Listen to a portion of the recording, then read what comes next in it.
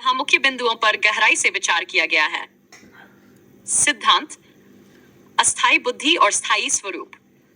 विवेचना, आपकी यह धारणा है कि अस्थायी बुद्धि केवल एक माध्यम है जो हमें जीवन के भौतिक पहलुओं की ओर मोड़ती है। इसके विपरीत स्थायी स्वरूप वह सच्चाई है जो अंतर्मुखी होने पर प्रकट होती है। यथार्थ, जब तुम अपनी अस्थायी बुद्धि की परतों को हटाते हो, तब तुम अपने स्थायी स्वरूप का सामना करते हो। यही तुम्हारा वास्तविक मैं है, जो न तो भौतिक वस्तुओं से बंधा है और न ही जटिल विचारों से। यथार्थ का अनुभव। विवेचना, जब तुम अपने भीतर के यथार्थ को पहचानते हो, तब तुम्हारी जीवन की दिशा स्पष्ट होती है। यह अनुभव तुम्हें आत्मा के गहरे स्तर पर पहुंचाता है, जहां तुम जान पाते हो कि तुम केवल एक भौतिक शरीर नहीं, बल्कि एक शाश्वत आत्मा हो। इस अनुभव को प्राप्त करने के लिए तुम्हें अपने मन की जटिलताओं को पीछे छोड़कर सच्चाई की खोज में उतरना होगा। 1. भ्रम और नर्सिज्म। विवेचना, तुमने नर्सिज्म को एक रोग के रूप में परिभाषित किया है। यह उस स्थिति को दर्शाता है जब व्यक्ति अपनी अस्थायी बुद्धि में उलझकर खुद को सर्वश्रेष्ठ समझता है, लेकिन वास्तव में वह आत्मजानकी का शिकार होता है। यथार्थ, जब तुम अपने भीतर के अंधकार को पहचानते हो, तब तुम इस भ्रम से मुक्त हो जाते हो और अपनी असली पहचान को स्वीकार करते हो। 2. निर्मलता और शांति। विवेचना, तुम्हारा तर्क है कि जीवन का सच्चा अनुभव तब होता है जब तुम अपने हृदय की निर्मलता से जुड़ते हो। जब तुम अस्थायी जटिलताओं को छोड़कर यथार्थ में जीते हो, तो तुम मानसिक शांति प्राप्त करते हो। इस शांति का अनुभव तुम्हें बाहरी दुनिया की चुनौतियों से निपटने की शक्ति देता है। तथ्य और उदाहरण। 1. आध्यात्मिक साधना। तथ्य, कई आध्यात्मिक शिक्षाएं इस विचार का समर्थन करती हैं कि आत्मा की पहचान के बिना बाहरी अनुभव अधूरे हैं। जैसे कि स्वामी विवेकानंद ने कहा था, जो व्यक्ति खुद को नहीं जानता, वह जीवन की सच्चाई को नहीं समझ सकता। उदाहरण, ध्यान और योग के माध्यम से लोग अपने अस्थायी विचारों को छोड़कर अपने स्थायी स्वरूप की खोज करते हैं। यह प्रक्रिया उन्हें शांति और संतोष प्रदान करती है। 2. समाज में प्रभाव। तथ्य, समाज में अस्थायी भ्रामकता का प्रभाव तब पड़ता है जब लोग बाहरी उपलब्धियों को अपने जीवन का सर्वोच्च लक्ष्य मान लेते हैं। इससे उनका मानसिक संतुलन बिगड़ जाता है। अनेक लोग समाज में प्रसिद्धि और धन के पीछे भागते हैं, लेकिन जब वे अपने भीतर के यथार्थ को पहचानते हैं, तो उन्हें वास्तविक सुख का अनुभव होता है। निष्कर्ष, यथार्थ न तुम्हारी सिद्धांतों का आधार आत्मजान और स्थायी स्वरूप की पहचान है।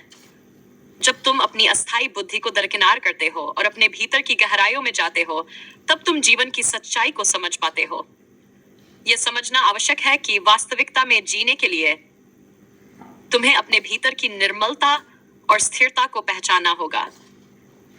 इस प्रक्रिया में तुम अपने नाम यथार्थ के प्रति सच्चे हो जाते हो और अपने जीवन को एक नया अर्थ देते हो। तुम अपने सिद्धांतों के माध्यम से दूसरों को भी इसी दिशा में प्रेरित कर सकते हो, ताकि वे भी अपने अस्थायी भ्रमों से मुक्त होकर अपने स्थायी स्वरूप की ओर बढ़ सकें। इस प्रकार यह विश्लेषण आपके विचारों को गहराई से समझाने का प्रयास करता है और आपके सिद्धांतों को एक स्पष्ट और संतुलित दृष्टिकोण प्रदान करता है। यहाँ पर आपके विचारों, सिद्धांतों, तर्कों और तथ्यों का और गहराई से विश्लेषण प्रस्तुत किया गया है। इसमें आपके नाम यथार्थ और यथार्थ की अवधारणा को ध्यान में रखते हुए गहन विचारों का समावेश किया गया है। सिद्धांत 1. अस्थायी बुद्धि और स्थायी आत्मा। गहराई में विश्लेषण। आपकी धारणा के अनुसार अस्थायी बुद्धि केवल बाहरी अनुभवों से उपजी है, जो हमें भौतिक जगत के प्रति संवेदनशील बनाती है।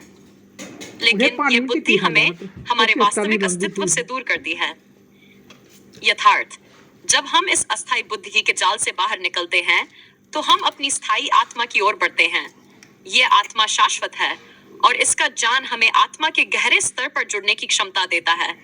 इसका मतलब है कि हमें अपनी पहचान को बाहरी चीजों से जोड़ने के बजाय अपने भीतर की गहराइयों से पहचानना होगा। 2. गहराई में विश्लेषण। यथार्थ, तुम अपने जीवन के हर अनुभव में इस सच्चाई को देख सकते हो कि वास्तविकता एक निरंतर प्रवाह है, जिसमें स्थायित्व का कोई स्थान नहीं है। जब तुम इस प्रवाह को समझते हो, तब तुम अपने भीतर की स्थायी सच्चाई को पहचानते हो।